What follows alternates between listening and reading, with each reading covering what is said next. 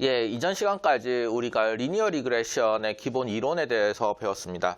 어떻게 보면 리니어 리그레션 선형 회귀가 일반적인 통계학 수업에서의 뭐 가장 이제 학부 레벨에서의 기초 통계학 수준에서의 가장 갈 수 있는 최대한이라고 생각하면은 완전하게는 아니나 그러나 기초 통계에 대한 그런 선형 회귀의 좀 중요한 부분은 이제 다루어 봤다고 생각합니다. 그러면 그것을 이제 우리는 데이터 사이언스 프로그래밍이라는 이름으로 배우고 있으니 그것이 왜 모던 상황에서는 우리 현대적인 상황에서는 예전과 같은 그런 그대로의 형태대로 활용되지 않는지 그리고 현재에서는 어떻게 활용되는지를 따져봐야 되겠습니다. 그것을 하기 위해서는 우선 머신러닝 프레임워크에 대해서 한번 배워보도록 합시다.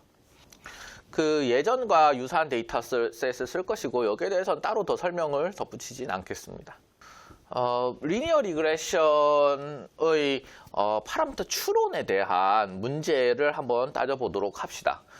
첫 번째로 우리가 이 과정에서 가장 중요하게 배워야 되는 것은 이것입니다. 어떻게 보면 이 전체 슬라이드에서 가장 중요한 부분은 이 separation이라고 하는 개념일지 모르겠습니다. 이 separation은 뭘 분리한다는 것이냐? 첫 번째로는 statistical modeling, 모델의 구조와 통계적인 모델 구조, 머신러닝이라고 하면 좋습니다. 머신러닝 모델 구조, 모델의 구조와 모델의 구조에 따라오는 파라미터 인퍼런스는 이제는 구분되어야 된다는 겁니다. 이게 첫 번째의 스태티스티컬 모델링이라고 하는 하나의 파트가 존재하고 이건 나름대로 발전해 나갈 수 있는 겁니다. 반대로 파라미터 인퍼런스라고 하는 이건 나름대로의 알고리즘이 존재하는 것이고 이 알고리즘과 이 numerical method와 approximation method들은 발전해 나갈 수 있는 겁니다. 그리고 이 둘이 함께 합쳐져 가지고 특정한 어떠한 모델에서는 어떤 파라미터 인퍼런스가 좋네. 이 모델에서는 A 인퍼런스가 좋고 저 모델에서는 B 인퍼런스가 좋네 라고 하는 그런 최적의 매칭 짝꿍들이 있을 수 있겠지요. 어쨌든 이 둘은 이제부터는 어떻게 돼야 된다? 구분되어야 된다라는 것입니다. 그리고 현재 리니어 리그레션 그 자체에 대한 문제를 따지고자 함은 아닙니다. 리니어 리그레션이라고 하는 건 스태티스티컬 모델링, 모델 구조입니다. 물론 모델 구조 입장에서 리니어 리그레션에 가진 문제점들을 따져본 적이 우리가 잠깐 있긴 있었죠. 예를 들면 어떤 게 있었습니까? 이전에 애디티브 리그레션 얘기할 때 넌 리니어한 리그레션 구조가 필요하다. 어떤 형태로 스페시파이 할 것인가를 따져본 적이 있었죠. 근데 우리는 현재 이 리니어 리그레션이라고 하는 요것에 대한 스태티스티컬 모델링에 대한 문제를 따지고자 함은 아니라는 겁니다. 어떤 걸 따지고 싶으냐 하면 인퍼런스, 오히려 조금 더 줄여서 인퍼런스라고 하는 것에 대한 파라미터 인퍼런스라는 것에 대한 문제점을 따지고자 하는 것입니다. 그러면 스태티스티컬 모델링, 우리 스태티스티컬 모델 이렇게 정했었죠. 멀티베리에이트 리니어 리그레션, 애디티브 리그레션, 폴리노미얼 리그레션 등등등등등등 여러 가지 있었습니다. 그럼 이렇게 여러 가지 있었고 이 다양한 구조들, 스태티스티컬 모델링 구조들을 선택하는 오토매티컬리 선택하는 구조들도 우리가 배웠죠. 이게 뭐였습니까? 이게 backward 혹은 forward 리그레션, 스텝와이즈 리그레션이 되지 않겠습니까? 그래서 이런 것들은 이 모델 구조를 자동적으로 선택하기 때문에 이것은 모델의 구조를 선택하는 문제라 볼 수 있습니다. 이 모델의 구조는 뭘 만들어 주냐 하면은 스페시파이 합니다. 명확하게 얘기해 준다는 겁니다. 어떤 걸 얘기하냐면 인풋 베리어블과 아웃풋 베리어블과 그 다음 파라미터들 사이에 관계를 명시하게 됩니다. 그래서 이 인풋과 아웃풋과 그 연결 관계 여기 따져보면 여기 있죠?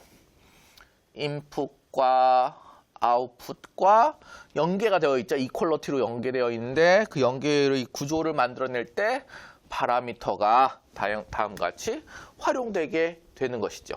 그래서 다음과 같이 스태티스티컬 모델링 구조들은 만들어냈습니다. 하지만 현재 우리 문제는 뭐였죠? 인퍼런스에 대한 문제였죠. 인퍼런스는 무엇이냐? 이렇게 모델 구조를 정의하고 이 베타, 이 파라미터는 어떻게 알아낼 건데 X는 기분 데이터요, Y도 기분 데이터요. 트레이닝이라고 한다면 X와 Y는 주어져 있을 것인데 베타는 어떻게 알아낼 건데? 라고 하는 질문이 일어나게 될 것이고 어떻게 알아낼 건데? 라고 하는 질문에 대한 답은 이 파라미터 인퍼런스를 쓰겠습니다. 라고 하는 것이 답이 되는 것이죠. 그래서 이 2번의 파라미터 인퍼런스에 대한 내용이 다음과 같이 정의가 되어 있습니다. 기본적으로 다음과 같이 스케일 디비에이션을 줄이는 방향으로 가는 것이죠. 그리고 이거는 민 스케일 디비에이션을 줄이면 그것은 가우시안 에러를 모델링하는 것으로 귀결된다라고 하였고 여기는 에러 텀이 following 노말을 following 하는 것으로 만들었고 0, 시그마 스퀘어 이렇게 얘기를 하였습니다. 그런 차원에서 argue mean이라고 하는 것을 이렇게 만들어내는 이 과정이 파라미터 인퍼런스의 과정이 되는 것이고 그러면 어떻게 argue mean을 하는 것이냐? 요것을 미니마이즈하는 베타를 어떻게 찾아서 베타 헤드라고 할 것이냐? 라고 하는 것에서 이전에 클로즈 폼 솔루션을 구하는 베타 헷을 구하는 과정에 대해서 이렇게 했고 우리가 수차례 이것을 구현하는 것을 실습을 했습니다. 클로즈 폼 솔루션이라고 하는 것은 이것으로 옵티미제이션이 바로 도달이 된다는 것을 의미합니다. 클로즈 폼 솔루션의 반대말은 뭘까요? 오픈 솔루션? not closed solution? 전 좀 더 approximated solution이라 생각합니다. 클로즈 폼 솔루션은 이렇게 하면 바로 옵티미제이션으로 한 번에 계산이 된다라고 해서 나온 수식입니다. 이거를 어쩔 때는 obtainable, 만들어내지 못합니다. 리니어 리그레션에서는 클로즈 폼 솔루션이 제공이 됩니다. 로지스틱 리그레션은 그게 제공이 되지 않습니다. 그렇기 때문에 로지스틱 리그레션부터는 그레디언트 메소드를 써야 되는 것이죠. 어프록시메이티드 메소드를 써야 되는 겁니다. 항상 클로즈 폼 솔루션이 제공되지 않기 때문에 우리는 어프록시메이티드 솔루션을 어떻게 보면 더 많은 경우에서 활용하고 있습니다. 그래서 우리는 왜 이런 서브 옵티멀 솔루션들을 쓰고 있을까요? 어떤 경우에서는 리니어 리그레션 모델 구조에서는 이 파라미터 인퍼런스 단계에서 클로즈 폼 솔루션을 주지만 조금만 변형해도 클로즈 폼 솔루션이 만들어지지 않을 수도 있다. 또 어떤 경우가 있겠습니까?